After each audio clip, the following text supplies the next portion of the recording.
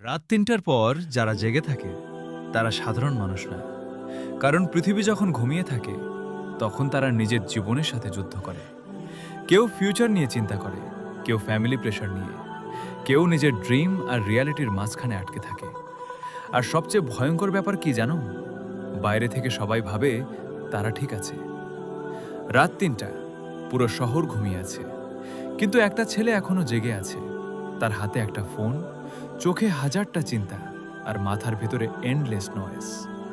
সে Facebook scroll করছে না কারণ তার ভালো লাগে, সে স্ক্রোল করছে কারণ সে নিজের রিয়ালিটি থেকে পালাতে চায়।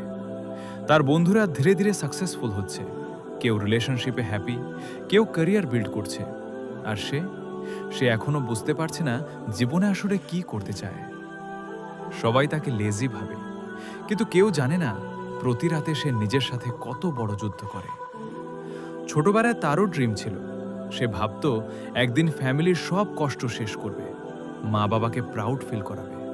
কিন্তু বড় হওয়ার পর সে একটা জিনিস বুঝল, ড্রিম দেখা ইজি, কিন্তু সেই ড্রিম নিয়ে সার্ভাইভ করা অনেক কঠিন। কারণ রিয়ালিটি তোমাকে প্রতিদিন মনে করিয়ে দেয় তুমি এখনো সেখানে পৌঁছাওনি। একসময় সে নোটিস করল তার হাসি ফেক হয়ে গেছে। সে মানুষের সামনে হাসে, কিন্তু একা হলে কমপ্লিটলি সাইলেন্ট হয়ে যায়। কারণ কিছু পেন এক্সপ্লেন করা যায় না। কিছু যুদ্ধ মানুষ বাইরে না, ভিতরে লড়ে। ফ্যামিলি ভাবে সে চেঞ্জ হয়ে গেছে, এত চুপচাপ কেন, এত রাতে জাগো কেন, জীবনে কিছু করবে না। কিন্তু কেউ তাকে জিজ্ঞেস করে না তুমি ঠিক আছো। সে চেষ্টা করেছিল এক্সপ্লেন করতে, কিন্তু মানুষ ফিলিংস না, রেজাল্ট বুঝে। তাই একসময় সে চুপ হয়ে গেল। রাতগুলো তার কাছে অ্যাডিকশন হয়ে গেল, কারণ রাতই একমাত্র সময় যখন সে ফ্রিলি ভাবতে পারে। সে ফিউচার ইম্যাজিন করে একদিন সাকসেসফুল হবে, নিজের রুম থাকবে, ফ্যামিলি হ্যাপি থাকবে। তারপর হঠাৎ রিয়ালিটি তাকে মনে করিয়ে দেয়, সকাল হলেই আবার সেম স্ট্রাগল শুরু হবে।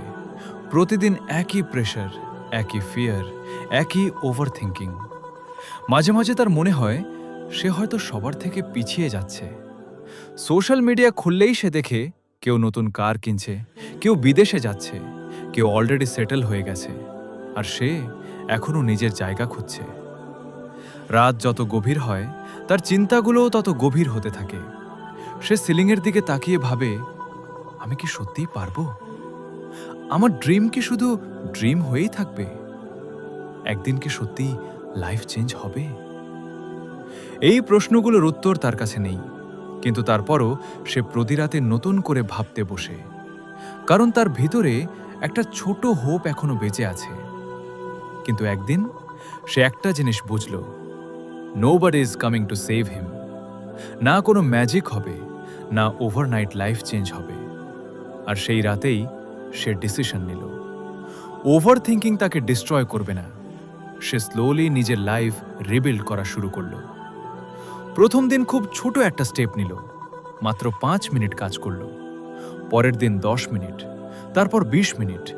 তারপর একসময় সে বুঝল কনসিস্টেন্সি আসলে মোটিভেশনের থেকেও পাওয়ারফুল।